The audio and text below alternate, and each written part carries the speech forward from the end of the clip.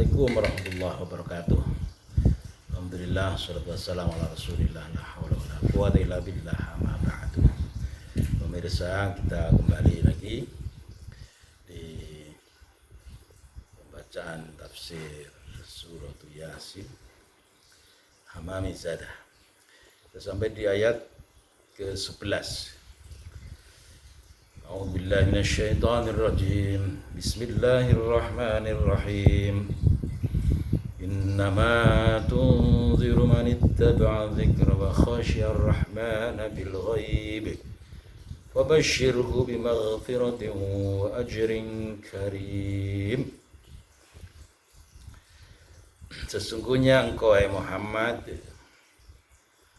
hanya memberi peringatan kepada orang-orang yang mau mengikuti peringatan dan yang takut kepada Tuhan yang Maha Pengasih, walaupun mereka tidak melihatnya. Maka berilah mereka kabar gembira dan ampunan serta pahala yang mulia, wa ajrun karim. Ini ayat yang ke-11 dari surah Yasin. Bismillahirrahmanirrahim. Innama tunziru aing pestine aweh peringatan sira Muhammad man ing wong ittaba'a kang manut sapa wong dzikra ing peringatan ing Al-Qur'an wa khasya lan roti sapa wong sapa man Ar-Rahmana ing pangeran kang maha welas bil ghaibi kang duweni sifat ghaib, tidak bisa melihat ya, Tuhan yang pengasih walaupun mereka tidak melihatnya. Artinya ghaib di sini adalah kondisi keimanan kita bil ghaib, pada yang ghaib itu yuqinun dan seterusnya. Terhadap kondisi seperti ini Allah memerintahkan pada Muhammad fabashshirhu, fabashshir mongkom awayo kabar gembira sira Muhammad hu ing man ittaba'a dzikra wa khasyar rahman bil ghaib, kabar gembira bimaghfiratin kelawan anane ampunan wa ajrin lan anane ganjaran karimin kang mulya. Ini cara Jawane ngoten niku. Ayat 11. Yakni ya Muhammad tafsirnya. Ya Muhammad, he Muhammad, indzaruka bil Qur'ani, indzaruka tai peringatanmu bil Qur'ani kelawan Al-Qur'an la yufitu iku ora paring faedah, tidak berguna illa man amana billahi wa birisalatika, kecuali bagi orang-orang yang beriman kepada Allah dan iman kepada terutusnya engkau atau risalah engkau Muhammad. Faman ittaba'a ahkamal Qur'ani wal hadits, maka barang siapa yang mengikuti hukum-hukum Al-Qur'an dan hadis, wa dzakarallahu ta'ala, dan ingat kepada Allah ta'ala bil qalbi wal lisan, dengan hati dan lisannya, fi halil ghaibati, dalam kondisi ghaib ataupun tidak diketahui, minal khalqi, dari orang lain atau makhluk lain, wa khafa, dan mereka takut, minal adabil ghaibi, dari siksa yang ghaib, alladzi akhbara bihil Qur'anu, yang telah dikabarkan oleh Al-Qur'an wal hadis, dan hadis. Ini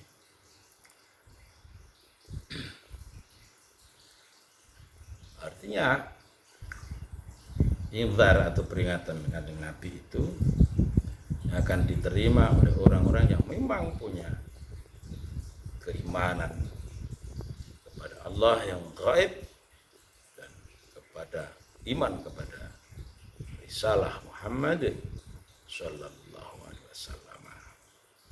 Keduanya adalah ada ketentuan-ketentuan hukum-hukum dalam Al-Quran dan hadis. Juga ditafsirkan bahwa zikrullah atau ingat kepada Allah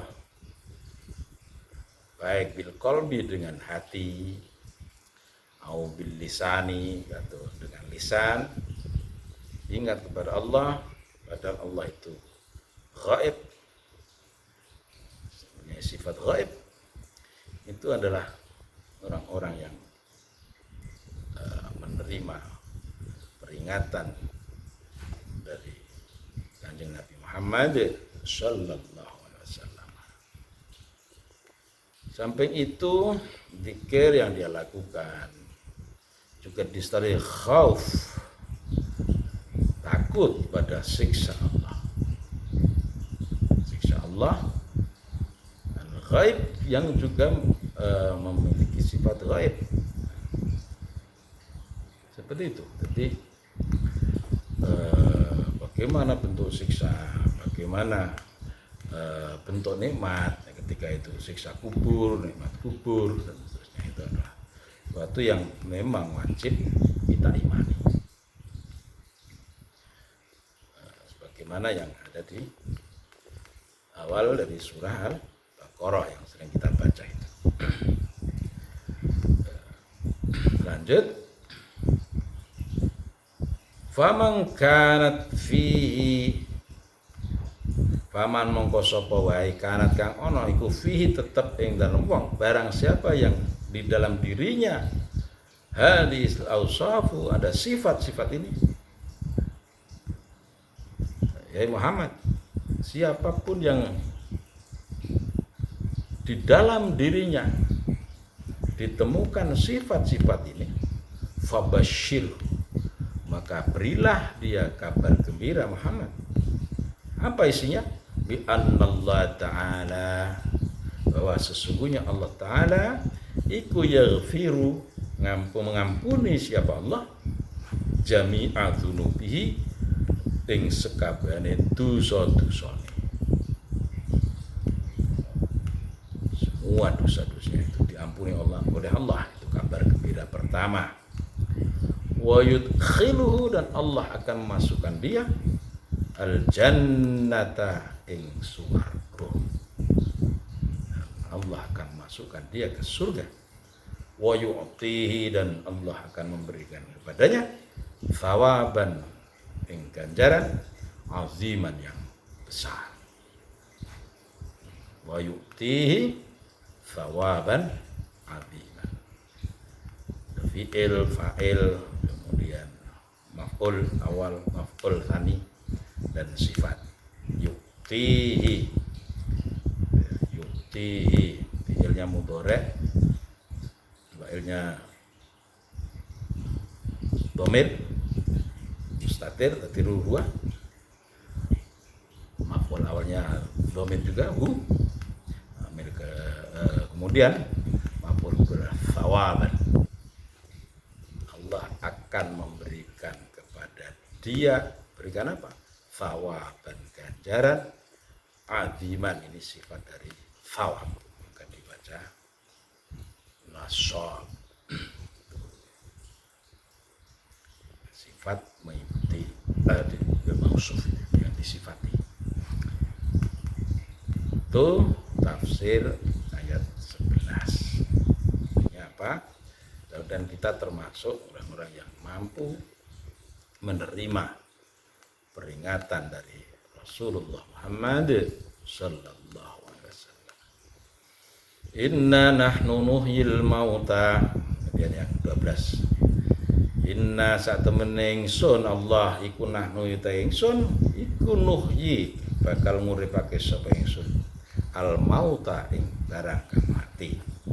Ai fil kiamat, tegese ing dalam dina kiamat, au fil qabri, atau di dalam kubur. li jawabi mungkarin wa nakirin. Dihidupkan itu untuk apa? Untuk menjawab pertanyaan mungkar dan malaikat nakir. Fil kubur au fil qiyamah. Aunuhi atau tafsir yang berikutnya adalah aunuhi utawa nguripake sapa ingsun al quluba ing ati-ati hati al maitata yang mati. Hati yang mati karena apa? Dipenuhi oleh maksiat atau dosa. Alhamdulillah.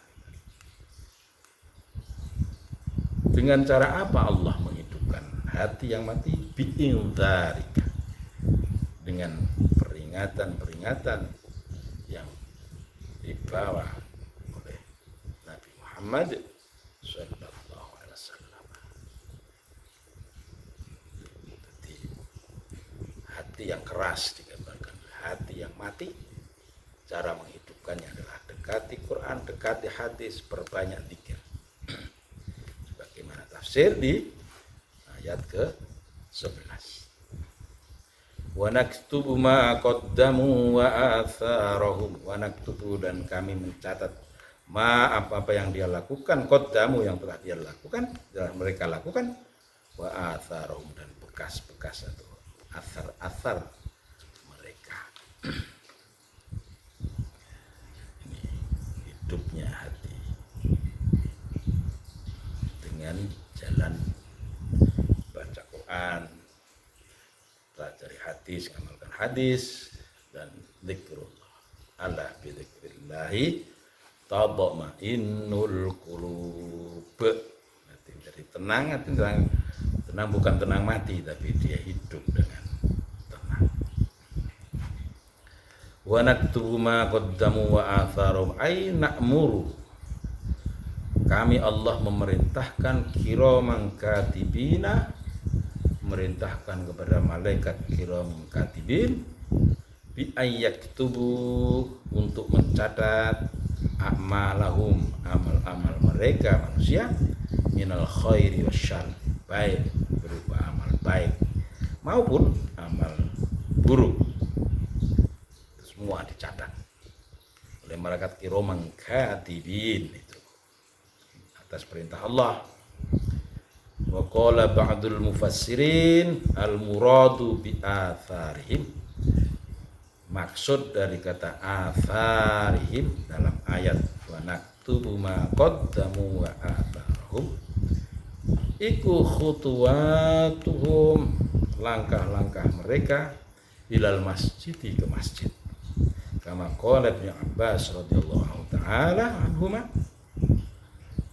sababi nuzuliha, sebagaimana riwayat Ibnu Abbas, maksudnya Abdullah bin Abbas radhiyallahu anhuma, doanya dua anhuma dari Abdullah dan Abbas.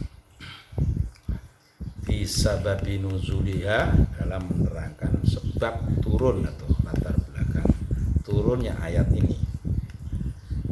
Inna qabilatan, ada sekelompok masyarakat atau kabilah, minal ansari, dari orang-orang Ansar, ada satu RT dari kelompok Ansar. Ini struktur masyarakat Madinah ya, yaitu ada Muhajirin, ada Ansar. Nah, kebetulan kelompok Ansar, RT Ansar itu ada di jauh dari Masjid Nabawi.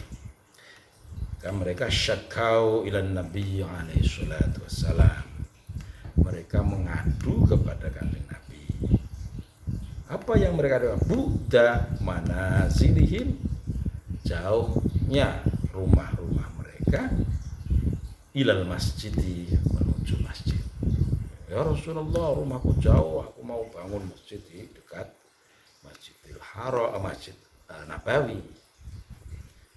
Seperti itu. Wa aradu, mereka ingin ayyabnu, yang untuk membangun buyutan, rumah-rumah indal masjid, di sisi masjid. Kalau pengen nyedak masjid, itu yang mereka adukan kepada Kanjeng Nabi. Apa tanggapan Rasul?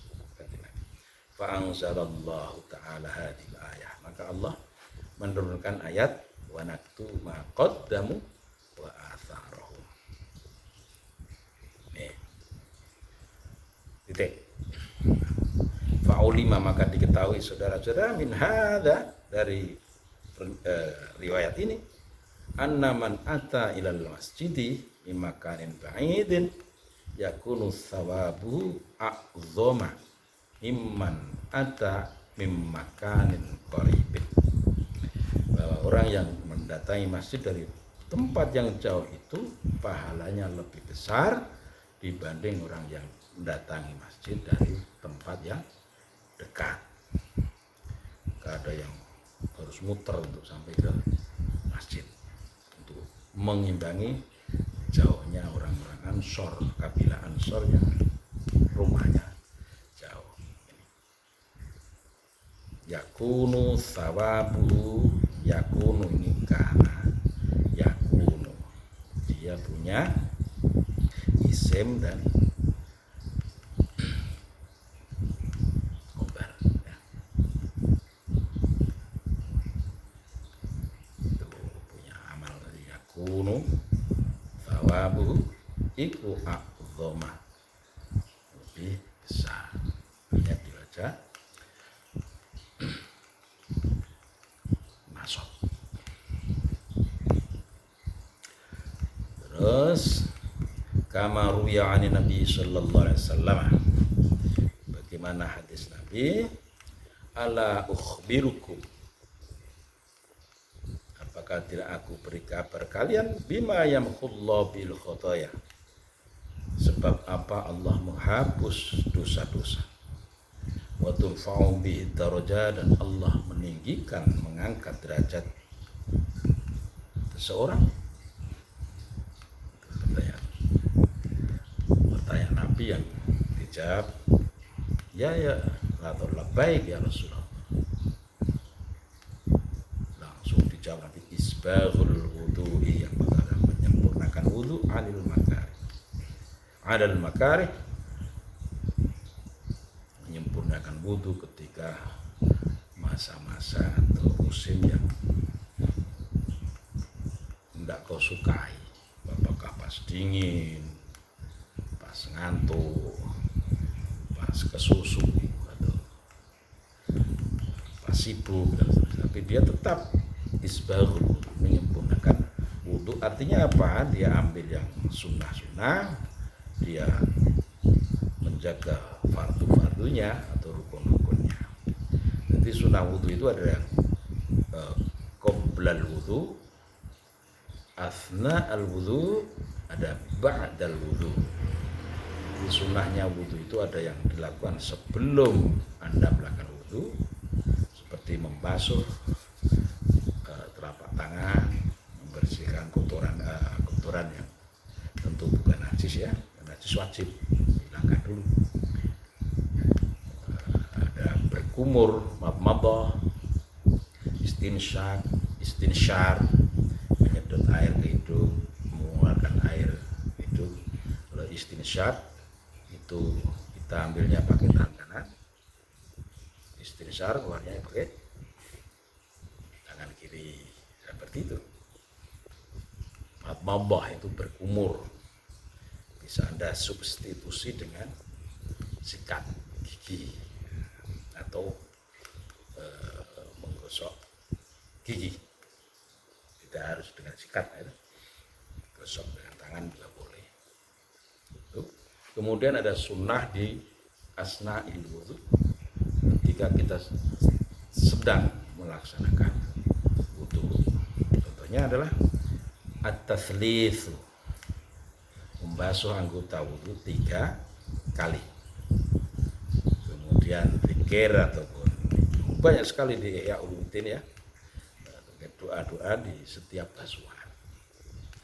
Kemudian at-tatslits, kemudian at-talqu menurut mazhab Syafi'i, menggosok atau kosokan atau menggosok anggota wudu. Jadi tidak cukup di air tapi juga dikosok, ini namanya at-talq. Kalau menurut mazhab Imam Malik, adalku atau menggosok anggota itu termasuk min ba'di arkanil wudu, bagian dari rukun-rukunnya Syafi'iyah. Adalku termasuk sunnah. Ada yang sunnah wudu ba'dal wudu, ketika kita sudah selesai wudu. Apa itu? Diantaranya adalah kita berdoa setelah wudu, tidak mengelap air sisa wudu yang ada di tubuh kita, tidak pakai kacu, pakai handuk, tidak, tapi biarkan dia air itu mengering sendiri di tubuh kita, di anggota wudu kita. Itu diantara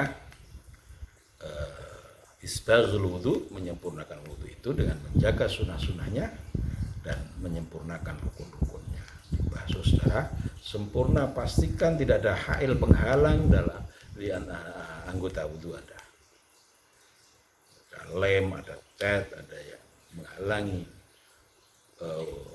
usulul ma ilal bashar, sampainya air ke kulit, kena lem, kena cat, yang tentu saja itu akan menghalangi sampainya air ke anggota wudu, harus dibersihkan dulu.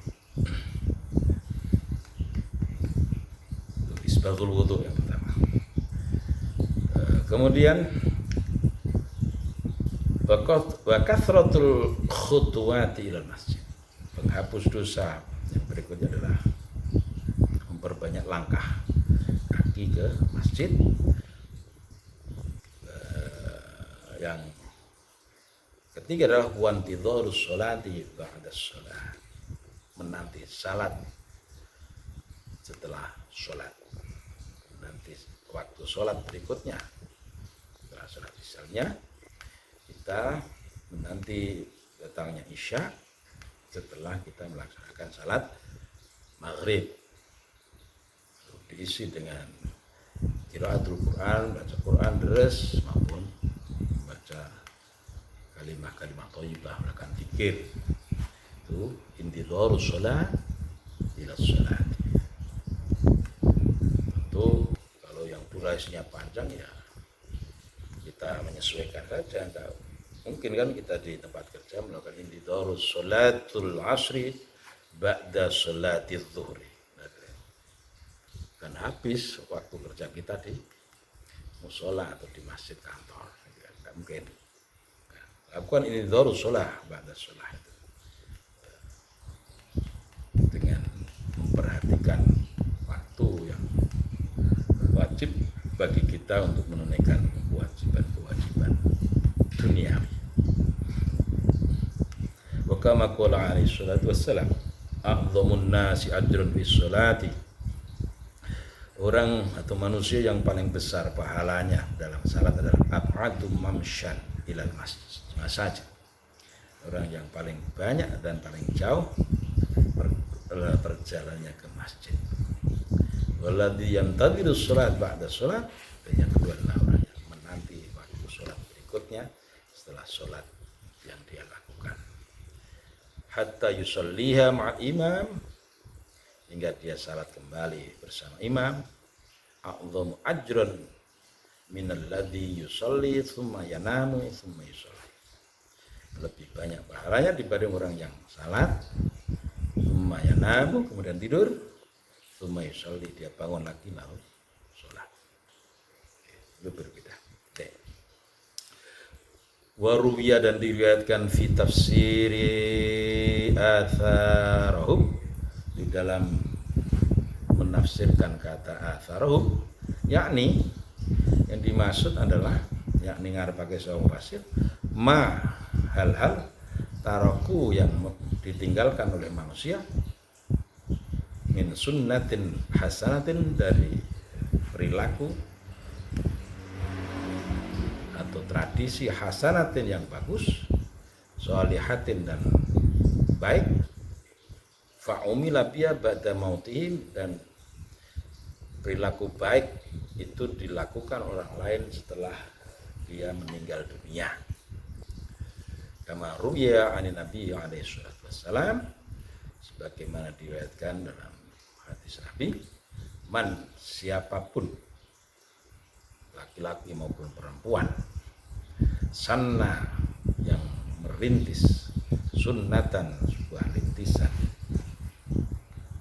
perilaku hasanatan yang bagus, falahu maka bagi dia ajruha pahala merintis kebaikan itu, wa ajruman dan bagi dia juga pahala orang ngamilah dia yang melakukan kebaikan dia tersebut mimba'di setelah